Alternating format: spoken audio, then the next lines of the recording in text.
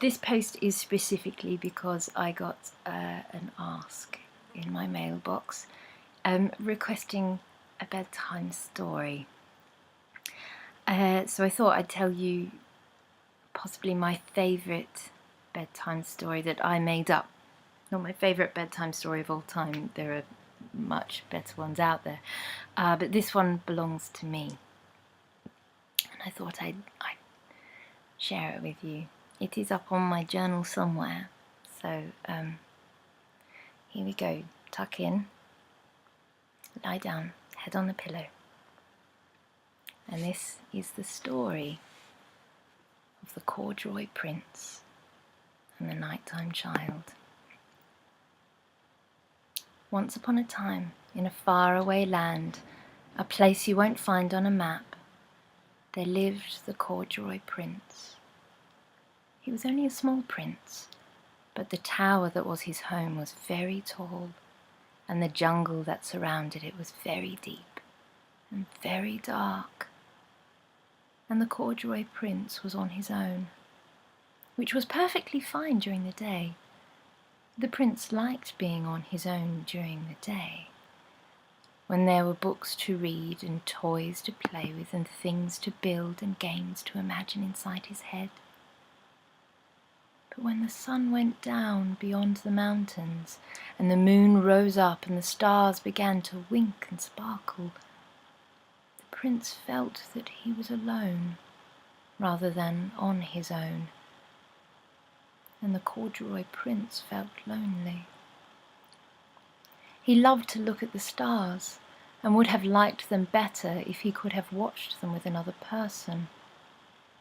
But as far as the Corduroy Prince could remember, there had never been another person in the tall tower in the centre of the dark jungle, until quite unexpectedly, one night, the Corduroy Prince was gazing out over the dark but not sleeping jungle, when an eye caught his eye. It was large, and the iris was the blue of the midday sky at its very edges, when there was heat in the air and the world looked wide and unending. And the eye was watching him. The Corduroy Prince leapt back from his balcony in fright, but the owner of the eye was startled too, and fell from their perch in the branches of the banbambo tree with a crash and a yelp. The prince crept back out to the railing to see what had happened to the owner of the blue eye, because the yelp had sounded small and painful and young, and he did not like the thought of someone hurting themselves on his account. And when he looked down at the jungle floor, so far below, he saw that the someone, whoever they were, had in fact two shining blue eyes, and they were gazing up at him in a way that made the Corduroy Prince feel strange and fluttery in his tummy. And then the someone waved at him, and the prince waved back. But he wasn't sure if they saw it or not, because the owner of the eyes had disappeared back into the jungle, like they were made of the nighttime itself.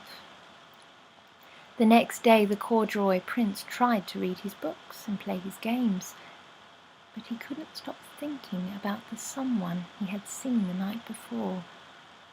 And when the sun sank down and the moon rose up again, he returned to his balcony, searching. And this time, when he noticed the eye, he didn't take fright or jump or yell. He waved, and in the dark it seemed that the someone waved back. The Corduroy Prince had never met a someone before, and he didn't know how to ask them to come closer. He didn't want to scare them. But then the large leaves began to flap and slap as the someone climbed nimbly up and through and over and around, until they were close enough to the tower that the prince thought he might be able to reach out and touch the blue-eyed someone. But before he could, the owner of the eyes jumped. The prince had not had reason to jump very often in his life. He did occasionally jump on his bed, and sometimes he jumped to reach books from the highest shelf. but he had never jumped like the blue-eyed someone jumped towards him now. They jumped out into the empty air, their bodies stretching like it knew it would reach its destination, even though to the prince it seemed far more likely that they would fall to the ground, much further than the night before. But the someone jumped all the same, stretching out their hands until they caught the rail on the balcony, swinging themselves up until they were perched, like a monkey or a parrot or a puma, watching the prince with their two blue eyes. On closer inspection, the Corduroy Prince could see that the someone was around his size and shape, if a little smaller and stranger, and so he stepped forward and held out his hand in welcome to the visitor. "How do you do?" he asked, and the someone blinked, but then took his hand and stepped down from the railing to stand with their chests touching his. "I do not know how," it said softly. "I simply do." And the Corduroy Prince blinked twice, before smiling wide. He turned to go inside, but the someone had not let go of his hand, and they did not move when he did, causing the prince to stumble and swing back around to face his visitor in confusion. "Don't you want to come inside?" he asked. "I've never been," the someone replied, and the prince looked out at the wide and wild jungle and then back at the two large eyes as they stared at him. "You've never been under a roof?" he asked. "I've been under the stars," said the visitor, and the Corduroy Prince smiled again. "I like the stars," he said. So they sat on the balcony and watched the stars, and the someone told stories of peacocks and jaguars and monkeys and creatures that did not have names but were part of the jungle all the same, and the way it felt to run through wet trees when the ground was so hot the steam rose in waves that fluttered the flowers, all in a voice that was a bit like singing, and the Corduroy Prince listened and didn't feel alone. When the prince awoke the next morning, the someone was gone, and he did not remember having fallen asleep, but he felt happy too, and read his books and played and imagined and thought of all the things he could tell the someone if they ever came back. And when the sun began to set, he pulled blankets and pillows from the bed and dragged them outside to the balcony, just in case. The sun faded away and the moon appeared, and soon there was a rustle amongst the large flat leaves, and someone was once again balanced on the rail. They still reminded the prince of a parrot, or possibly an owl or a hawk, or more likely a bird he had never read of in his books, because the visitor was quite unlike most everything the prince had seen in pictures. Again they took hands, and "How do you do?" said the prince.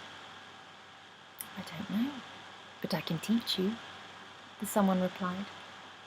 But the prince didn't want to leave the tower, and the someone didn't want to go inside, so they settled themselves down in the nest of blankets and pillows, and the Corduroy Prince told stories of oceans and deserts and icebergs and cities and travellers, whilst they watched the stars, and the someone listened and held the prince's hand. And the someone asked him if there was a word for the feeling one felt when one wasn't alone anymore. And the Corduroy Prince wasn't sure. Happy? Home? Together? None of those words seemed right until "Found," he whispered. "Found," the someone sang in answer, squeezing the Corduroy Prince's hand and pressing their pointed face to his shoulder. "Found." That morning when the prince woke up, the someone was still there, and it was strange to look at them in the daylight, but wonderful too. They were so very small, and their hair was like the nighttime jungle, and their eyes even more brightly blue in the sunshine. The prince felt a bit big and a bit brown by comparison, but the someone looked at him and smiled, like he was someone very special. And the Corduroy Prince smiled too. The someone did not want to stay in the tower. They needed to move, to run and jump and chase and be chased in the jungle below. The Corduroy Prince didn't mind. He wanted to read and imagine and build and sit inside and think and be still. So he hugged the small, strange someone, who had hugged him back very tightly indeed, and wished him good day with a smile. And when the moon rose after another day, and the stars began to wink and sparkle, the someone was back. And when the Corduroy Prince walked to the rail and held out his hand and said, "How do you do?" the someone said, "Found," and held his hand tight and pressed their chest to the prince's and smiled. And they were, and he was.